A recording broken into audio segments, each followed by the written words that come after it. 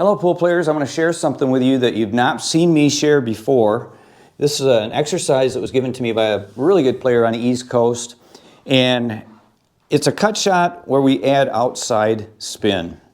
I'm going to go ahead and pocket it in that corner, and I'll explain how this exercise works.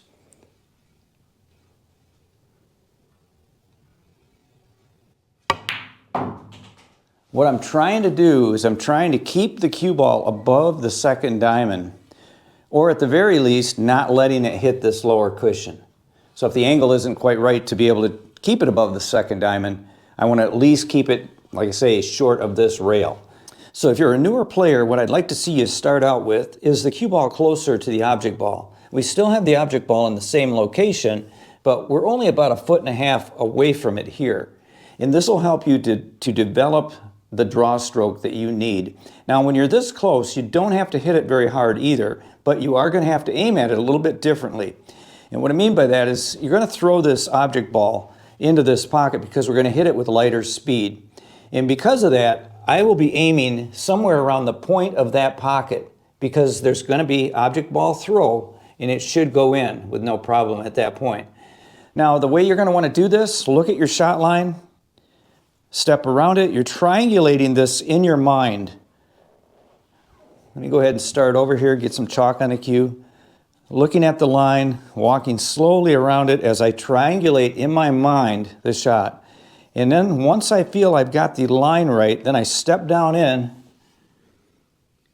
and then I make a nice smooth stroke. Now if you don't feel like you're on line here, get up. Don't adjust your body like this or whatever while you're down. Make sure that you're stepping into the shot line correctly, and if you feel like you're going to make it, that's when you're going to shoot. If you don't, step back out. When in doubt, step out. It's going to be a medium speed hit here.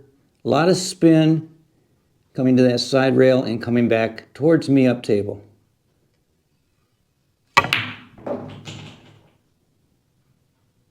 Not bad, not bad. Stayed above the second diamond. It's very, very important to start out, if you're a new player, closer to your object ball. You've got to develop this stroke. And then you can advance to the longer shot. Once again, look at the shot going in, triangulate in your mind. Step down into the shot. Low left spin.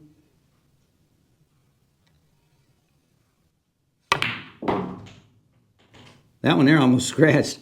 Put a lot of juice on that one, see?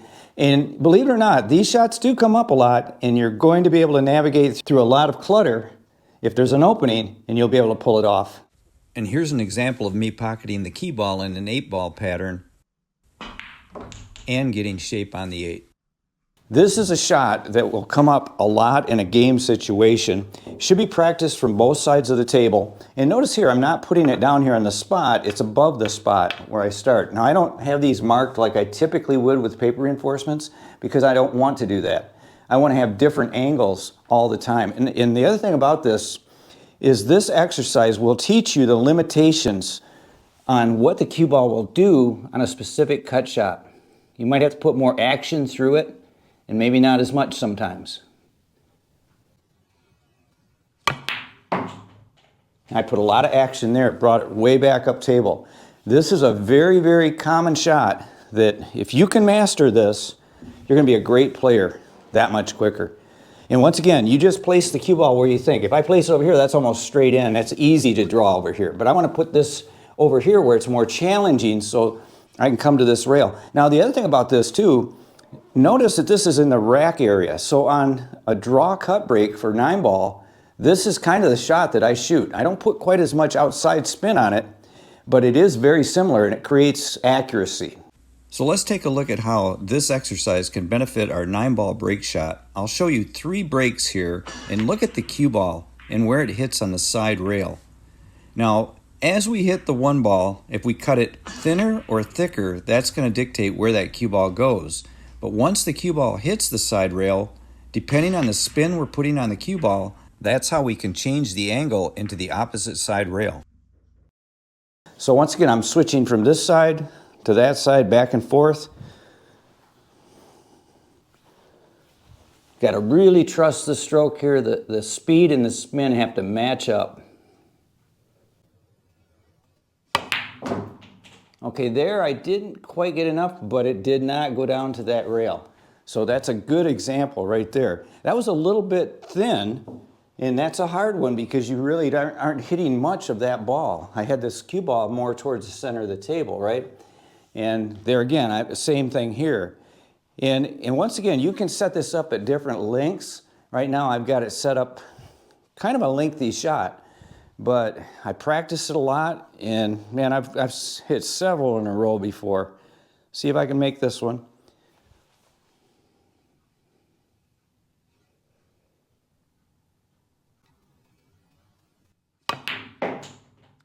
And here's a cool view of how the clockwise spin will grab the cushion and propel the cue ball back up above the spot.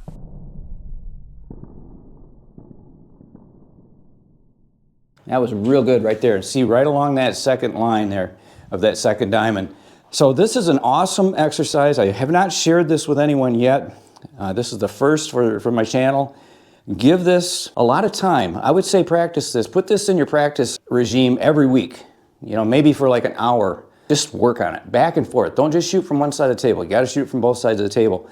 And what you're doing is you're using low outside draw. And I'm showing you this right now where you can see it on the cue ball.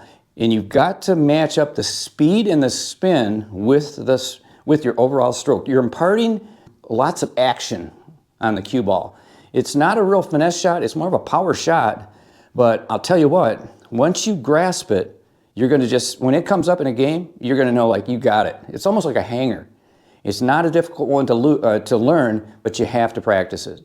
Okay, if you guys would do me a favor, share this video. It's going to be helpful to a lot of players, but it also helps my channel, and I need your help because we're growing this thing together, you guys. And hit the thumbs up. That also helps drive the algorithm. And come and check out the new website. Good stuff. Lots of good merch in there. If you want to support the channel, pick up something, we'd greatly appreciate that. And if you want to see another great tutorial, watch this one right here. And until next time, like I always say, keep on practicing.